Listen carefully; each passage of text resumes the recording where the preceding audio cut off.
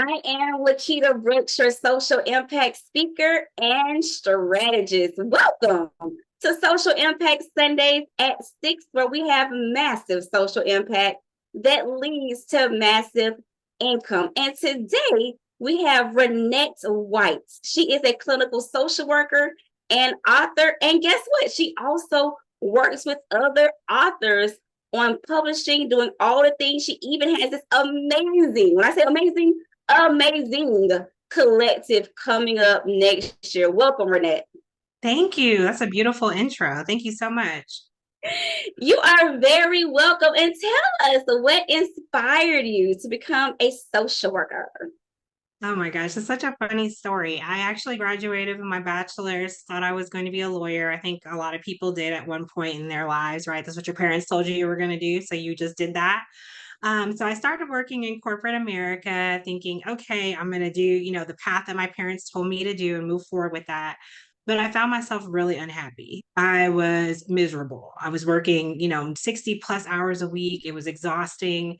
But I found that when I was doing my community service projects, my work in different organizations, I found that that was actually probably the best part of my life. I felt so fulfilled and so encouraged and inspired. And so I was telling my friends and my mentor at the time about my conflict, and she was like, "That's social work." And it was almost like somebody finally turned the light on in my head, like, oh, there's something here about this that actually speaks to me. Like it resonates with who I am as a person, and where I want to be. And so I literally put in applications that year for grad school for social work. So that was my introduction to social work. I was doing it and didn't know I was doing it, and now I'm so happy that I'm here.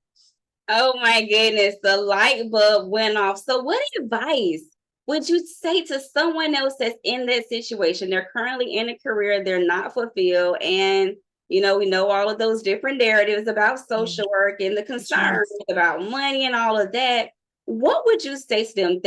They're basically in a position where you were at, in a Mhm. corporate position, probably making good Mhm. money.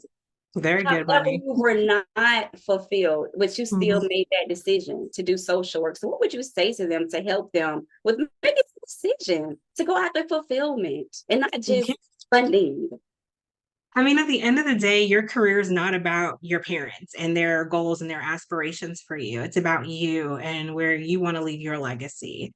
I think if you think about it from that perspective, do you want to be the person who walks in the shadow of your expectations of others or what other people have for you? Or do you want to walk in your own greatness?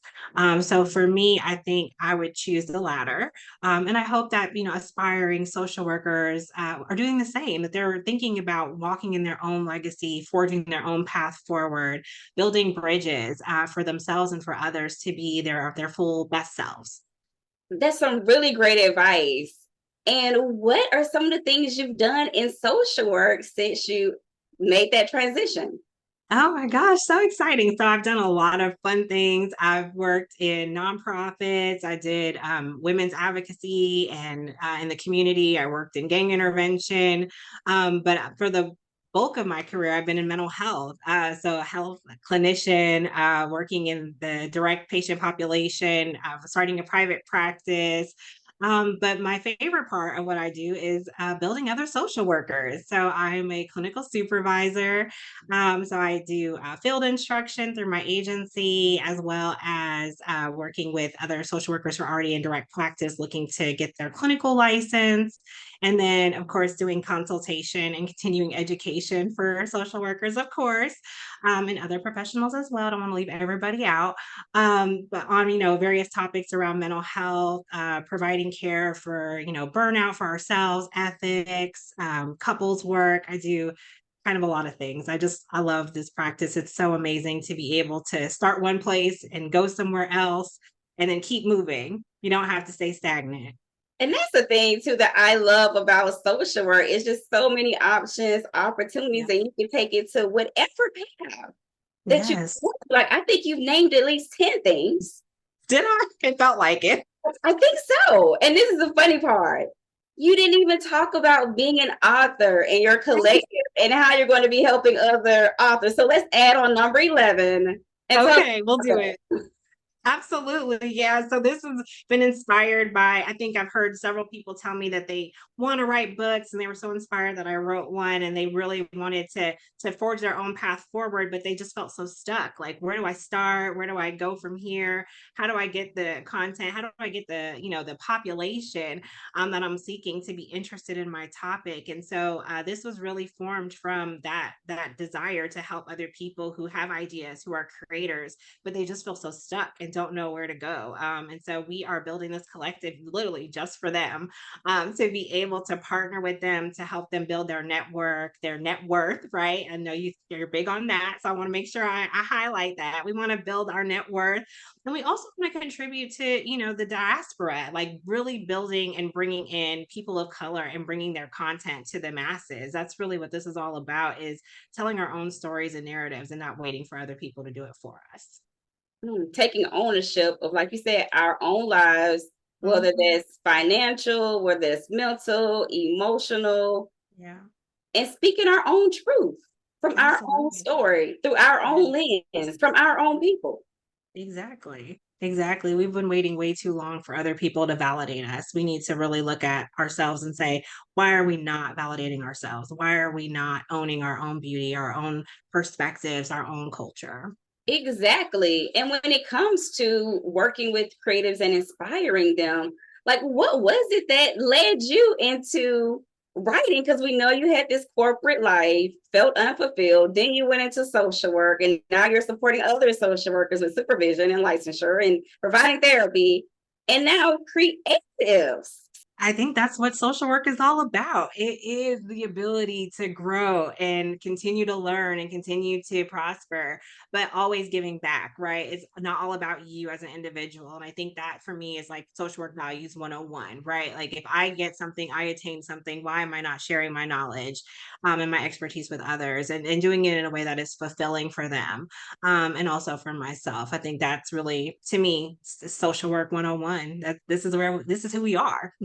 Makes sense. And what are some of those outdated narratives that you're like, I am so sick of hearing this good riddance, goodbye forever?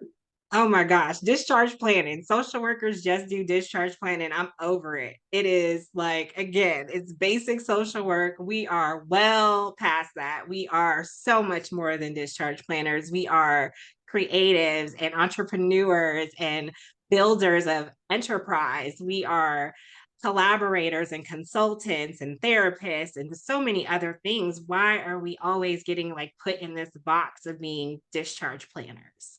Do it, but we can do so much more. And you are modeling that we can do so much more and Oh, are so and much more. so are you. So are you. I told you, I'm so impressed with your collective and your collaborative and your cohort coming up. I just can't wait to hear all the great things you're doing with social workers and building them up and their brands. I look forward to watching that explode.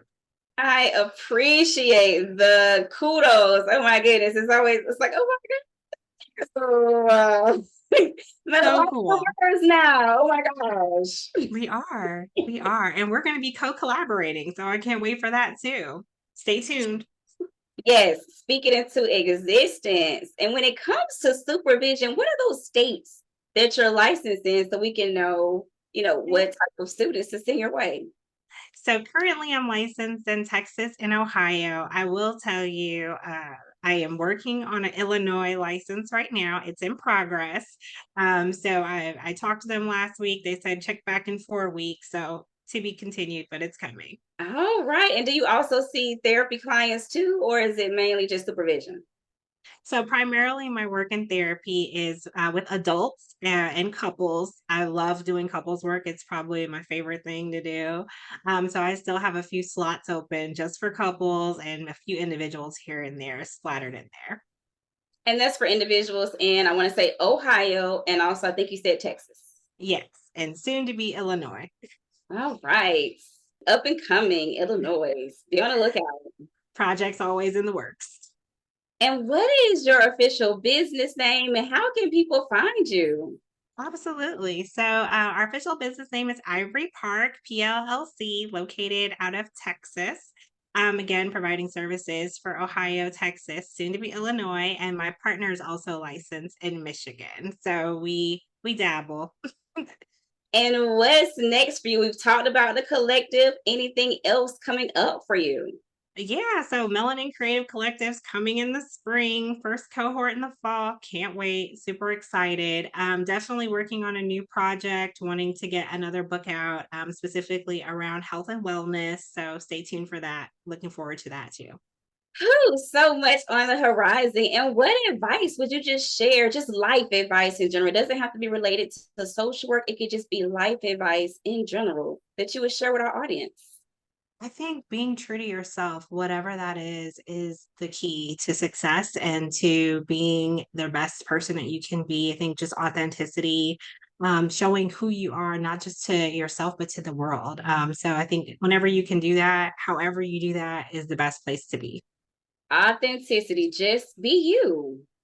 Well, Ronnette, I thank you so much for joining us today on the Social Work Movement docu-series. Absolutely. My pleasure.